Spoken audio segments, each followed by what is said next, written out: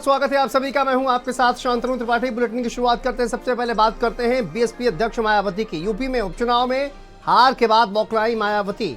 UP Uttarakhand के नेताओं के साथ लखनऊ में बैठक की है बीएसपी अध्यक्ष मायावती ने, और बीएसपी का वोट प्रतिशत कम होने पर मायावती ने तलब किया है आज ये बड़ी बैठक। यूपी उत्तराखंड के नेताओं के साथ लखनऊ में ये बैठक। देखिए, वोट प्रतिशत कम होने पर मायावती ने तलब किया, और आज बैठक में नेताओं को जमकर लताड़ भी लगाई गई है। बीएसपी संगठन के कई नेता संगठन से पैदल किए जा सकते हैं। मायावती ने नेताओं से पूछा, वोट प्रतिशत आखिर कम क्यों हुआ? बीएसपी का विजन जनता तक क्यों नहीं पूछा? ये तमाम सवाल मायावती के द्वारा पूछे गए हैं। हार के बाद बीएसपी अध्यक्ष मायावती अब एक्शन मोड में नजर आ रही हैं।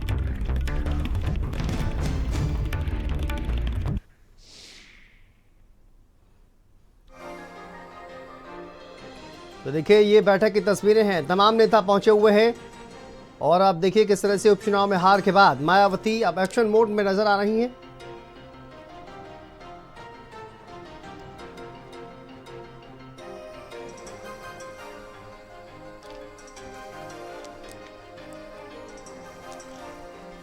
तो बीएसपी संगठन के कई नेता पैदल किए जा सकते हैं। आज मायावती ने जमकर लताड़ लगाई है बीएसपी नेताओं को। और वोट का प्रतिशत आखिर कम क्यों हुआ?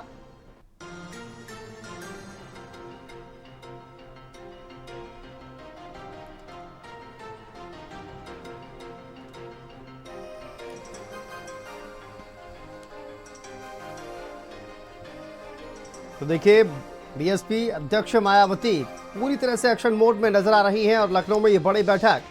चलिए बात करेंगे, हमारे सहयोगी कपिल हमारे साथ जुड़ गए हैं। कपिल से जानेंगे कि आखिर इस वक्त बैठक में क्या कुछ चल रहा है। साथ ही हमारे साथ दलित चिंतक कालीचरण जी भी जुड़े हुए हैं, उनसे भी जानेंगे। लेकिन कपिल, सबसे पहले आप ही से सवाल है, इस वक्त क्या चल रहा है और बैठक में क्या कुछ कहा गया है? मायावती की तरफ से नेताओं को लताड़ भी लगाई गई है। बिल्कुल, देखिए, जो बसपा कार्यालय में बैठक चल रही थी वो खत्म हो चुकी है। बसपा सुप्रीमो मायावती कार्यालय से बाहर जा चुकी, लेकिन आज उनका जो सख्त तेवर था विधानसभा उपचुनाव में, जिस तरह से बसपा को करारी हार मिली है, उसके बाद मायावती ने काफी सख्त नाराजगी जाहिर की है। और जो अंदर तमाम उत्तराखंड और उत्तर प्रदेश के पदाधिकारी थे, कोऑर्डिनेटर थे, उनको जमकर फटकार लगाई है। उनसे कारण भी पूछा है कि आखिर बसपा का वोट बैंक क्यों कम हो रहा है, क्यों उनको वोट नहीं मिल रहा है। इन तमाम चीजों को लेकर मायावती काफी सख्त थी, और सख्त अंदाज में जो तमाम पदाधिकारी थे उनसे सवाल जवाब किया। अब माना जा रहा है कि जो बसपा के तमाम ऐसे बड़े नेता हैं उनसे मायावती जिम्मेदारी भी छीन सकती हैं। कई बड़े नेता हैं जिनको इस उपचुनाव में जिम्मेदारी दी गई थी, लेकिन कहीं ना कहीं बसपा को करारी हार मिली है विधानसभा उपचुनाव में। यही वजह है कि आज मायावती ने भरे मजमे में तमाम ऐसे नेता हैं जिनको जमकर फटकार लगाई है। फिलहाल अंदर अभी भी जो तमाम पदाधिकारी हैं वो मौजूद हैं। बसपा सुप्रीमो निकल चुकी हैं कार्यालय से। सतीश मिश्रा जो बसपा के वरिष्ठ नेता हैं वो अंदर मौजूद है। कुछ देर के बाद तमाम लोग जो पदाधिकारी हैं वो बाहर निकलेंगे। लेकिन जिस तरह से उत्तर प्रदेश में विधानसभा उपचुनाव हुआ, इसके अलावा उत्तराखंड में जो बसपा की कंडीशन रही, उससे मायावती काफी नाराज हैं, और जो पदाधिकारी हैं उनकी जिम्मेदारी भी तय कर रही हैं। हो सकता है आज शाम तक बड़ी कार्रवाई हो सकती है। उत्तराखंड और उत्तर प्रदेश के जो बड़े नेता हैं उनकी जिम्मेदारी तय की जा सकती है, और कुछ लोगों को नई जिम्मेदारी दी जा सकती है। फिलहाल आज की बैठक काफी अहम थी। इससे पहले जब बसपा सुप्रीमो मायावती ने ये ऐलान किया था कि जो भी उपचुनाव होंगे उसमें बसपा नहीं लड़ेगी, उसके बाद ये माना जा रहा था कि जिस तरह से मायावती नाराज हैं, कहीं ना कहीं जो तमाम पदाधिकारी है जिनको जिम्मेदारी दी गई थी उन पर गाज गिरनी तय है। इस वक्त हम बसपा मुख्यालय के ठीक बाहर खड़े हुए हैं। गेट बंद है। अंदर जो तमाम पदाधिकारी हैं वो मौजूद हैं। सतीश चंद्र मिश्रा अंदर मौजूद हैं। अभी भी चिंतन मनन चल रहा है, क्योंकि जो सख्त तेवर था आज का मायावती का, उसके बाद कहीं ना कहीं सभी सहमे हुए हैं। सबकी जिम्मेदारी तय की जा रही है। बसपा का उत्तर प्रदेश में, उत्तराखंड में एक्शन मोड में नजर आ रही है। कपिल, वापस आएंगे आपके पास। हमारे साथ दलित चिंतक कालीचरण जी भी जुड़े हुए हैं। कालीचरण जी, सवाल कई हैं। आज मायावती भी एक्शन मोड में नजर आ रही हैं, लेकिन सबसे बड़ा सवाल यही है कि बीएसपी का 2012 के बाद से अगर हम देखें तो वोट बैंक जो है वो, वोट प्रतिशत जो है वो लगातार कम होता चला जा रहा है। बीएसपी का वोट प्रतिशत कम होने का क्या कारण आपको नजर आता है?